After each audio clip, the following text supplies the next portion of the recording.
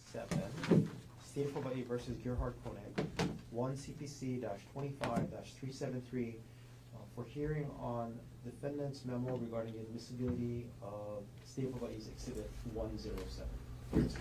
Good afternoon, Your Honor. Deputy Prosecuting Attorney Joel Garner for the state. Good afternoon, Mr. Garner. And good morning, Your Honor. Matt Dirks here on behalf of defendant Dr. Gerhardt Konig, who is not present. We waive his presence for this hearing. Afternoon, Mr. Dirks. We waive your client's presence for the purposes of this afternoon's hearing. He so indicated the last time we were here on Friday. The court does take judicial notice of the records, files, and proceedings in this matter. Mr. Dirks, thank you very much for filing docket 387, which is defendant's trial memorandum regarding the admissibility of the State of Hawaii's Exhibit 107. Notwithstanding the title, the court treats this as a motion to reconsider the court's denial of defendant's oral motion to suppress evidence. Nonetheless, I appreciate the work that went into the memo, Mr. Dirks, and I'm happy to hear any further arguments that you might have on the issue. Yes, Your Honor. Very briefly, just for the court's, my own understanding is, I believe Detective Inuma is present today outside. I'm not sure if the state was intending on eliciting further testimony from Detective Inuma. Did you want to call him in? No, I think we have sufficient record before us as to what steps he did or did not take, and to his understanding of what the accident program is. Then thanks for reminding me. Mr. Garner, did you want to present any evidence in opposition to the trial memo? In terms of additional evidence, as opposed to what we had last Friday at the 104 hearing, there are a couple of follow-ups I had for Detective Inuma. Did you want to call him to the stand? Sure, we can do that whenever you want. If you want to do it now, that's fine. Well, before I take arguments, I think it's best to take evidence before we proceed to arguments. So thank you for reminding me. I think just inquires the scope of his testimony. From what we had on Friday, we had testimony as to what he did, what he knows, and how this information was gathered. I don't see how any further testimony can really help strengthen or clarify the state's position. Mr. Garner? I would expect to ask Detective Inuma further questions about the search warrant. I actually brought a copy of it so he can point out what part he thought was applying to these specific pieces of evidence, as well as he followed up on the specific email address that the state's Exhibit 107 is related to, which is gkonig@gmx.com. So it's just essentially to provide some additional detail if the court needs it. I don't think we need any, correct me if I'm wrong, counsel, I don't think we need any detail after the execution of the search warrant. And let me not hide the ball.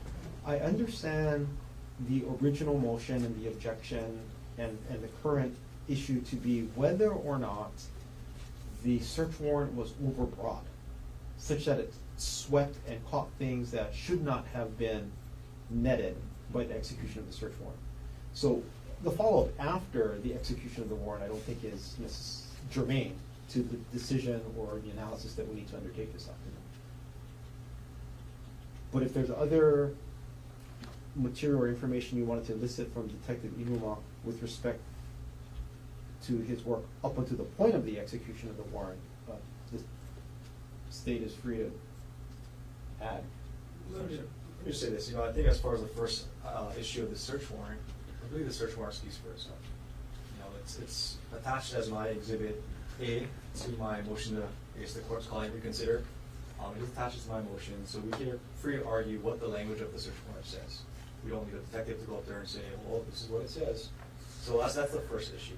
The second issue, as to the email, I mean, he did testify, he pulled this from the defendant's laptop, it was addressed to the defendant. I think both sides have enough information to argue if it was in fact Mr. or Dr. Konig's email. I don't think the question is whether it's the defendant's email or not. And I have a clarifying question for the board. In the attachment A, did that include the search protocols that were Exhibit A to the search warrant?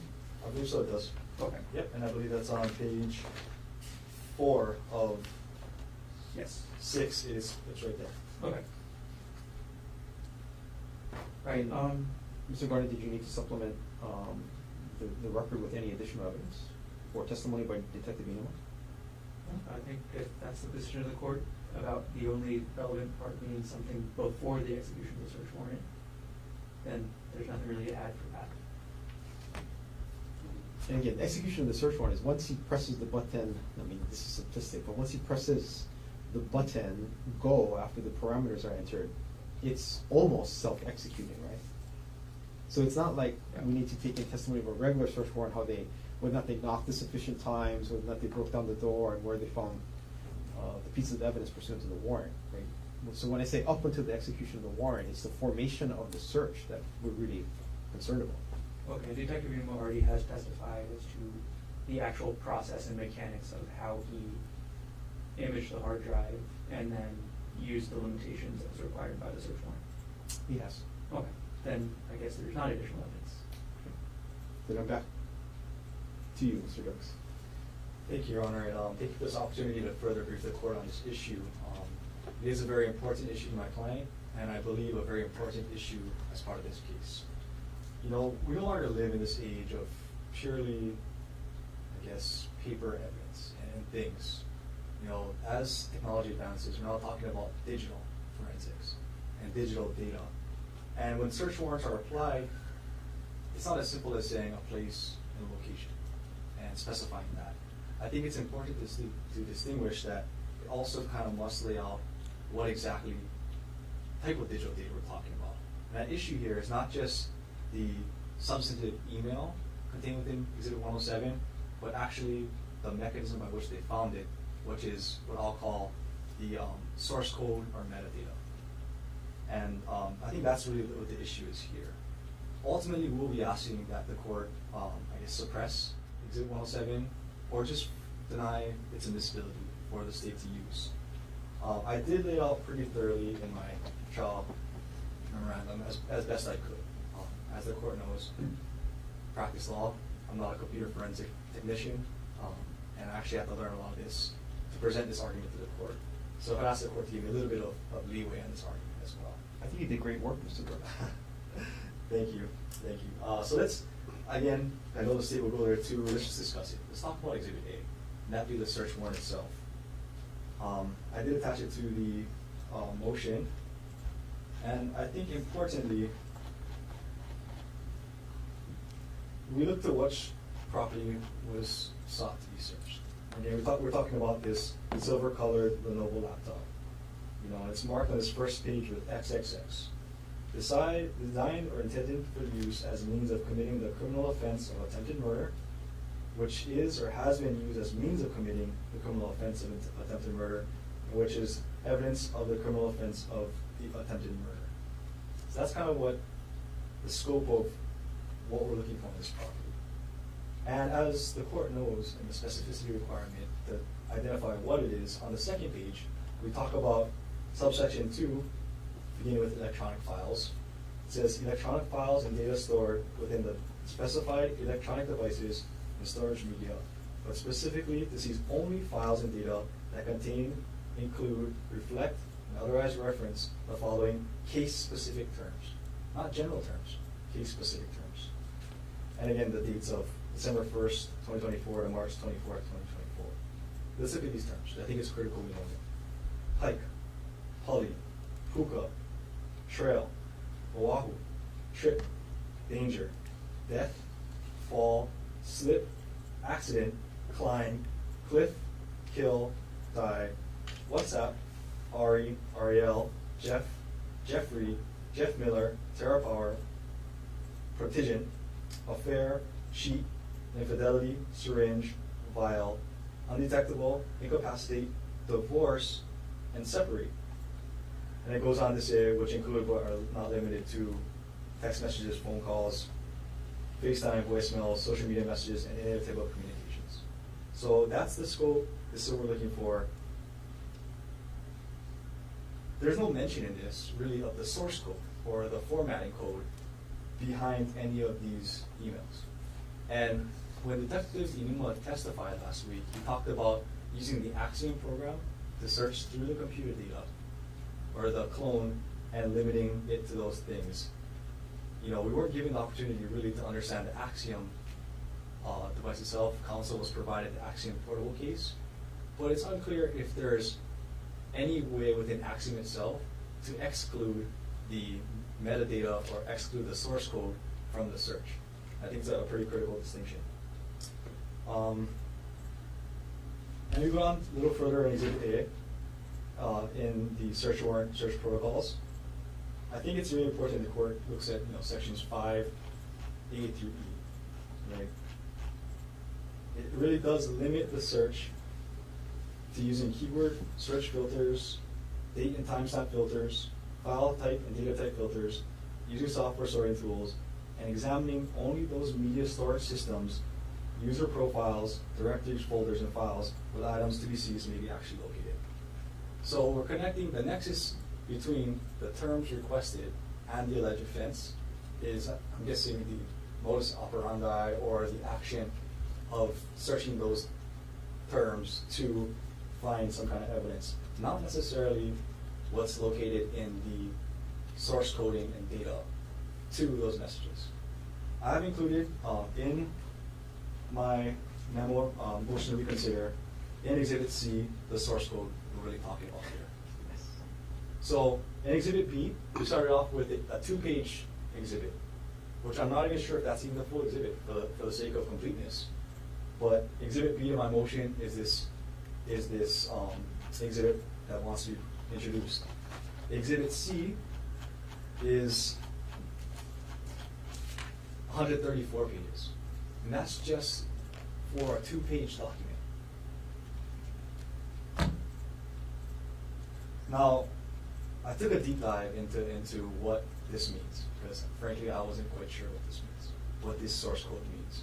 And as I highlighted in my memorandum of opposition, these are kind of two different things going on here. The HTML and the CSS associated with the Exhibit B, which again, like I want to reiterate, I'm not even sure Exhibit B, for the sake of completeness, is the entire email.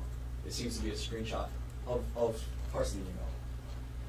It says it includes the HTML, which is the bones, the actual material in the email, but also the CSS, the cascading style script, what provides structure to that data.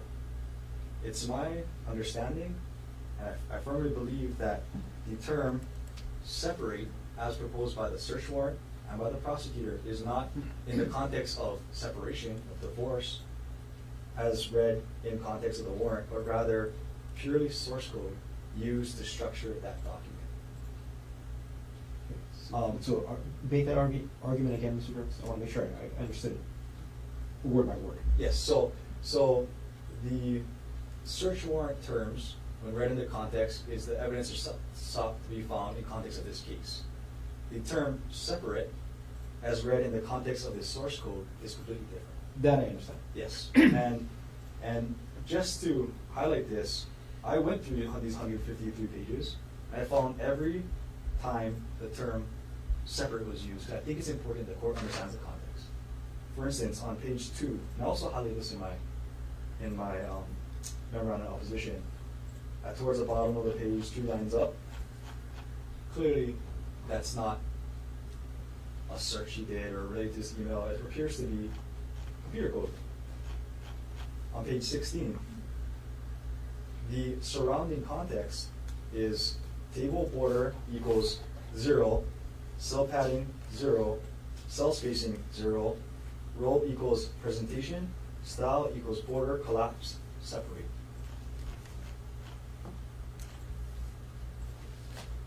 Going up page 36, same thing, I'll let the court read that, same thing. Page 53, same thing as well. And finally, on page 114 is the last instance of separate.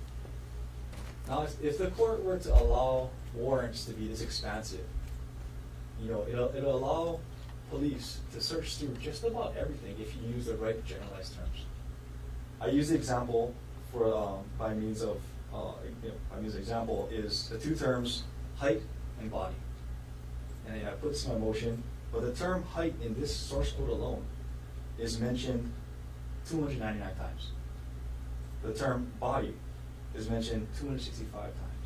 So if law enforcement is allowed to use these general terms, which may have some nexus to the state or their investigation as a means to search source code, they're going to lock just about every email. I put those emails again attached as my exhibits. This just show how many truly showed up.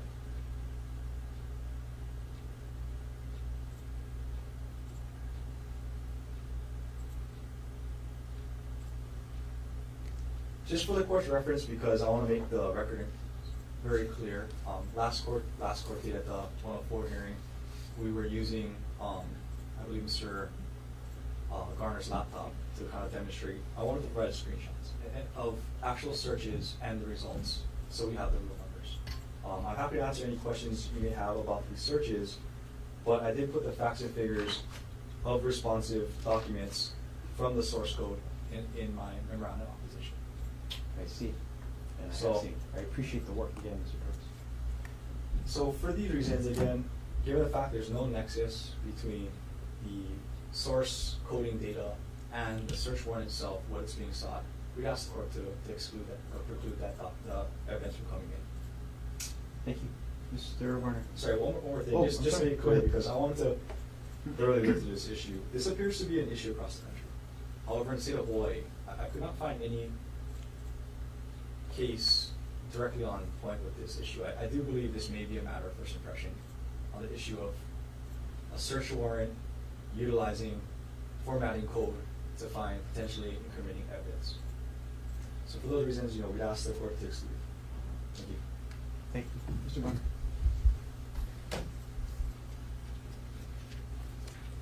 All right, as preliminary matters, Your Honor, I just have to make a record regarding this, of course. A motion to suppress is a Rule 12 pretrial motion. And needs to be filed in advance of starting a trial. It's extremely unusual to have a motion to suppress in the middle of trial. It, in essence, I suppose where a motion to suppress, if granted, is one of the only ways the state can actually file an interlocutory appeal. When that's done in the middle of the trial, the state is robbed of that remedy. So that's one thing that has to be made clear. There are the strange circumstances we find ourselves in this case. And when I say it's strange, it's because the digital materials were provided to the defense, I believe, in July of last year. So this is something that's been made known to the defense for a very long time. The state's intent to use Exhibit 107 was, the exhibit was provided on the date the court provided that we turn our exhibits to the other side, so March 6th. The state also filed an NOI regarding this evidence that we argued the relevancy of it motions in limb. So it's crazy that this has now become an issue in the middle of trial. That we've had a rushed 104 hearing last week where we did our best to get out the evidence needed for the court to make this decision, but it's just not a normal situation. With regards to the actual search warrant in this case, the search warrant authorizes a search for only files and data that contain, include, reflect, or otherwise reference the terms. In this case, the term separate was referenced by State's Exhibit 107. It was referenced with that code, and Detective Iwua testified exactly how he executed the search warrant and why this email ended up coming back as flagged as being responsive to the search terms. So it's clear, I don't think it's disputed between any of the parties here, that the reason that this email came back as responsive to the search warrant is because the term separate is included in the source code. I think everybody's on the same page with that. But frankly, that just means that this email does fit within what the search warrant requires. It does say that it's a file or data that references the following case-specific material. So it's a simple question. Detective Iwua followed the directions in the search warrant. He followed the protocol listed as Exhibit A. There was no bad action here that would require suppression. And frankly, the Exhibit A also includes a provision number 8 about plain view. The solution for finding and committing evidence while executing a search warrant on digital forensic material is not exclusion. And this doesn't exactly fit the plain view protocol either, because in fact it's not evidence of an unrelated crime, it's evidence of defendant's build up to committing the crime in this case. Isn't plain view really not applicable here? And the reason is this: the whole point of having these search parameters is so that there is no situation where law enforcement is in a lawful position to view what would otherwise be incriminating evidence that they were not seeking. The search warrants here is different from a search warrant to go search a residence, for example, because it's far more particular. If there's a search warrant to go into a house, and I'm sure I'm preaching to the gospel, to the choir here, but there's evidence of a different crime. There's no intrusion of privacy because the search warrant already allowed the police to go into the house. That they happen to see evidence of another crime, they can continue on their investigation of that other crime. Here, the search limitations prevents that kind of lawful plain viewing of other evidence, no? Well, if you want the actual, definition that the police used in their protocols for what the plain view and how it applies to this kind of search, it's in number 8, in attachment A. So it states, if the examiner inadvertently discovers evidence of a crime that is unrelated to the offenses set forth in the search warrant, and this is where it doesn't 100% apply to this case because, the evidence that was found does relate to this offense. The examiner may continue with the authorized search pursuant to the grant of authority in the search warrant. Once they find that unrelated evidence, they don't expand the search warrant with new terms until they seek another search warrant. So that's how plain view, in our position and in the way that this search warrant was drafted and approved by the district court judge, that's how the plain view applies to digital forensics materials. So this plain view is really for a different offense, not for the underlying offense being investigated. Yes. Okay. So in this case, Detective Unuma used the terms as required by the search warrant. Those terms brought up evidence that the court has already found relevant. We've had the motion delineate about this. It is not, I'm going to call it direct, but it is circumstantial evidence of defendant's state of mind, motive, intent, all these things. So essentially, there's no wrong that's been done by the police in finding this. And as we found out last week, looking through the Axiom portable software together, this is not a term that's used in every email. It's not. It's used in some emails. It's not in others. There was thousands of emails that were responsive. Some were responsive to this term separate. Some were responsive to other terms in the search warrant. So it's not as if this is going to draw in every email the defendant has ever sent. So that's one thing to consider as well. And then I looked up.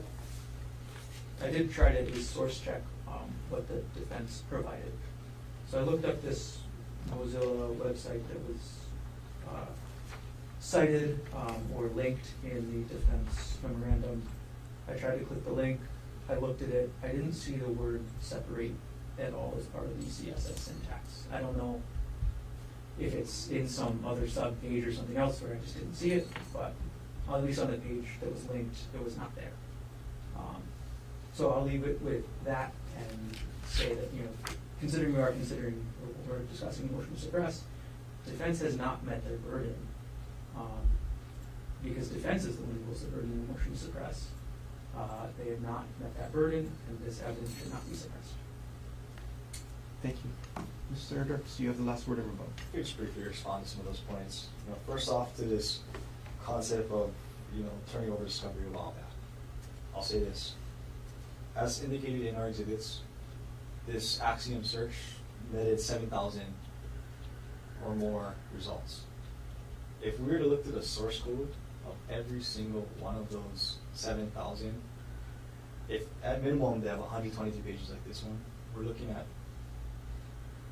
thousands and thousands of pages we have to review of source code alone with no relevancy, no bearing, or nexus to the facts of the search warrant. So I think, whether or not it was discovered then or now, it was discovered, and we should address that. As far as the, this Rule 12 motion, I see how the court views it. I view it slightly different in the sense that we can bring it forward as a 104 kind of hearing, and we're challenging the admissibility of this based on the record before the court. So I don't think it was necessarily precluded from being raised, and I do believe, again, this is a very important issue at this stage of the proceeding. Third, as far as if the court were to allow the state to elicit this testimony, it's a dangerous world moving forward for search warrants and digital forensics. I mean, like I argued earlier, should the detective or investigating officer with any knowledge of coding, of computer technology, chooses to find words known to be used in source code or CSS code, or puts in a warrant, it essentially opens the door to all emails containing that source code, whether or not it's relevant in the actual body of the email to the case. So it's just a very scary precedent set by allowing that door to be open. Again, I don't believe the plain view exception applies here. And finally, just to place on the record for the court's understanding, I do think pursuant to HRE 403, there may be some issues about, does the unfair prejudice outweigh any probative value? Again, the state, as they already just mentioned, intends on using this to formulate some kind of scheme Dr. Konig formed. And I think that's improper. It's potentially even a bad act that may have been addressed, but that's something also the court should consider when making this ruling. So for all these reasons, we ask the court to, again, grant our reconsideration and suppress the evidence. Thank you. Thank you, counsel. I appreciate the work that you put in, as well as your thoughts and your arguments on the record. Attack on the search warrant is really a pretrial motion that should have been brought under Rule 12. Discovery, whether or not it's discovered then or now, does not absolve us from following the rules of court. And that's the whole point of discovery deadlines, motions in limine and motions to suppress, is to make sure that all of us are on the same footing as to what the party's appellate rights are prior to prejudice attaching to a case.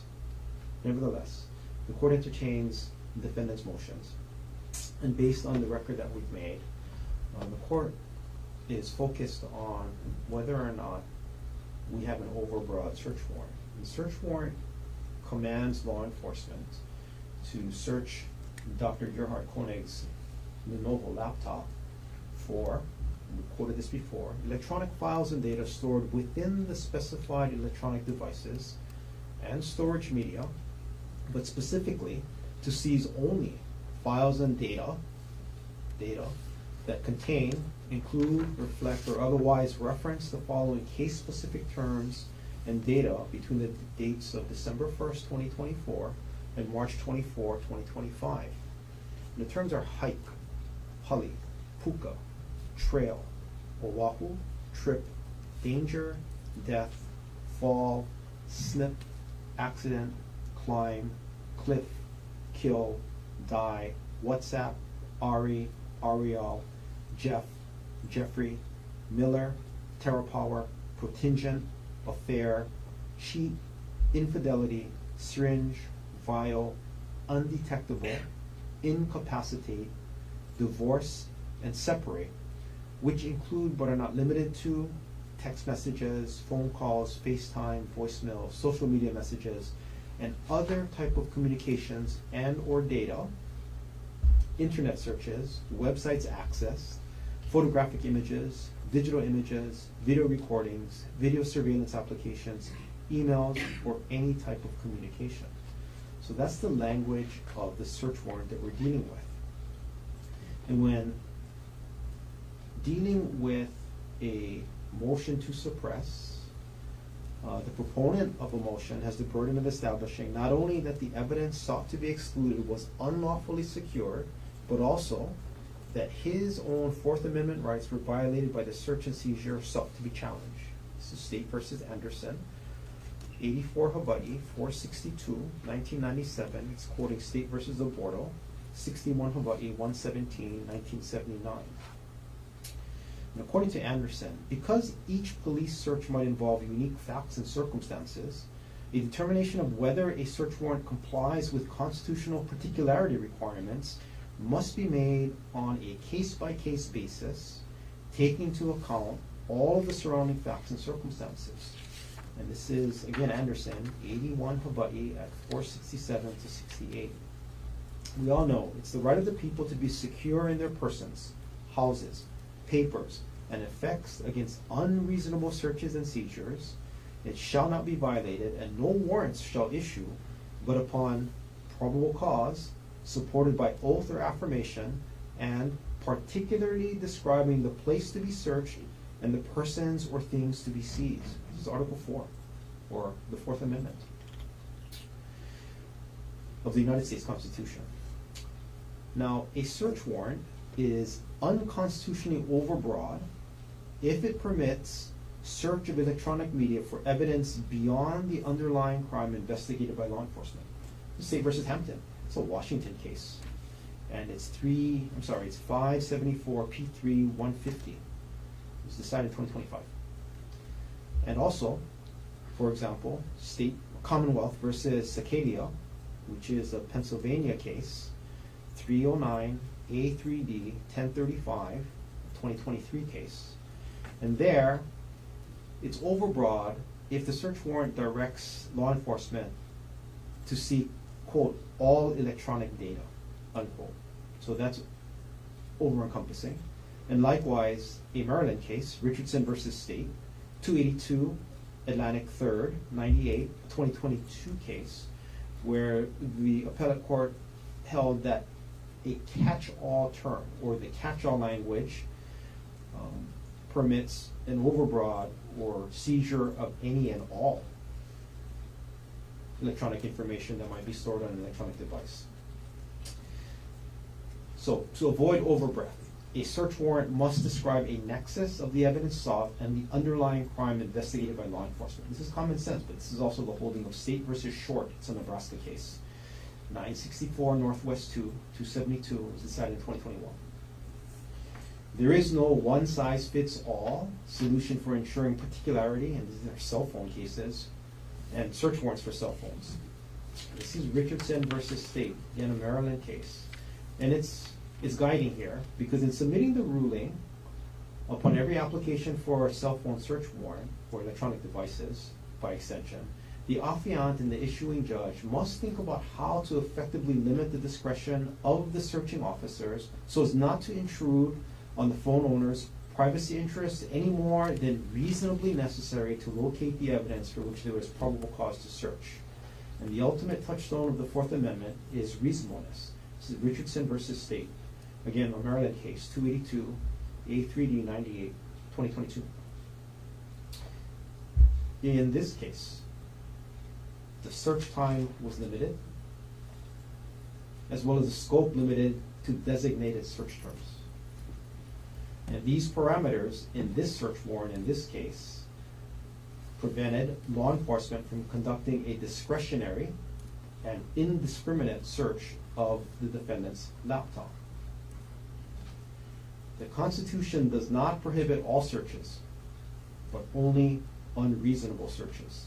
And again, this is Anderson at page 469. And when we're looking at the term separate, the inclusion of that term in conjunction with the term divorce may cast a wider net because it may impact the potential source code in an electronic search. But when the terms are put together, separate and divorce, the court does not find the inclusion of that term to be unreasonable. Even if this court is wrong in this reasonable determination, hindsight does not allow the correction sought by the defendant. The Supreme Court of Hawaii held that when considering the actions of law enforcement in the execution of a search warrant, and I'm reading from their language here, we must judge the constitutionality of their conduct in light of the information available to them at the time they acted. Those items of evidence that emerge after the warrant is issued have no bearing on whether or not a warrant was validly issued. Just as the discovery of contraband cannot validate a warrant invalid when issued, so it is equally clear that the discovery of facts demonstrating that a valid warrant was unnecessarily broad does not retroactively invalidate the warrant. State versus Anderson, 84 Hawaii 462, citing Maryland versus Garrison, 480 U.S. 79, and the Maryland case is a 1987 case. And so for those reasons, the court reaffirms the overruling of defendant's objection and oral motion to suppress what has been marked for identification as State's Exhibit 107. And even after balancing the 403 prejudice against the defendant, which we had in motions in limine, the court reaffirms its ruling. And again, subject to the laying of proper foundation, what has been marked for identification as State's Exhibit 107 can be presented to the jury in this case. Counselor, I appreciate your time and your work. Is there anything else we should take up on the record? Just for the record, the defense did prepare amended exhibits pursuant to the court's ruling regarding redaction, and I'm prepared to turn it over today. I appreciate that. Thank you. Have you provided it to the court first? and then No, you- I haven't. Okay. It's not it. Okay. The police side first. Mr. Garner, anything else you want to take up? Yes, there was testimony and things brought up by the defense about this Exhibit 107 and the word recorder being highlighted. I think Detective Ingham's testimony was clear that that was just a search term, a visual highlight that was due to the search term. That it doesn't mean anything otherwise. That's what I expect the testimony to be tomorrow as well. Is the highlight going to be essentially an issue that precludes any introduction of this? I guess we'll see tomorrow. I mean, I think he did testify. He didn't highlight it though, so we'll see when it's raised tomorrow. We'll, I guess, approach it maybe. My general thought is no. Okay. That's not going to prohibit admissibility of the exhibit. Yeah. I expect the testimony to be, again, similar to what came out at the 104 hearing. That's just the search term that was used in the computer program, and that's why it's highlighted. It doesn't mean anything beyond that was a search term. Okay. Anything else we should take up? Nothing else you need. Counsel, if I can have all of you back tomorrow. All of us want some more than just the two of us. Yeah, everybody. But you can pass on the message. 850? 850. 850. We can start with the jury at 9. A couple of things I need to take up, but I think we can start close to being on time tomorrow. We'll start with Detective Ingham. Okay. Appreciate it. Court's adjourned for the afternoon. Counsel coming up.